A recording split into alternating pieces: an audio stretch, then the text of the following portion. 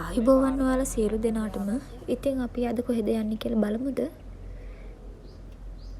ඉතින් ළමයි මේ තියෙන්නේ ඇලක්. ඇලක් කිව්වට මේක නිකන් චූටි ඇලක් නෙවෙයි. මේක ගොඩක් ජඹුර ඇලක්. මේකට කියන්නේ සෙඩ්ඩි ඇල කියලා. මේ ඇලෙන් තමයි ඉතින් ඔය කුඹුර වලට වතුර හැම දෙන්නේ මේ ඇලෙන් තමා.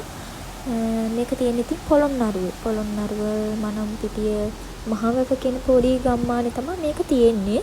මේකේ මිනිස්සු එහෙම බිලි ගත්තයි කියලා කට්ටිය කිව්වා. ඉතින් අපි එන්න කලින් ගොඩ කට්ටිය කිව්වා. ඉතින් මෙතන එහෙම නාන තැනක් නම් නෙමෙයි. ඉතින් සැර වැඩි. මේ ඇලේ නාන තැනක් තියෙනවා වෙනමම. ඒ කියන්නේ අර ජඹුර නැති හරියක් තමයි ඉතින් නාන්න තියෙන්නේ.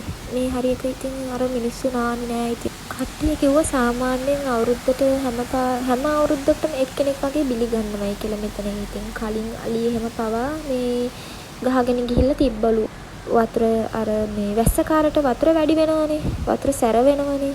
ඒත් එක්කම ඉතින් අලි හිටන් මේ ගහගෙන ගිහින් තියනවායි කියලා තමයි ඉතින් අපිට කිව්වේ.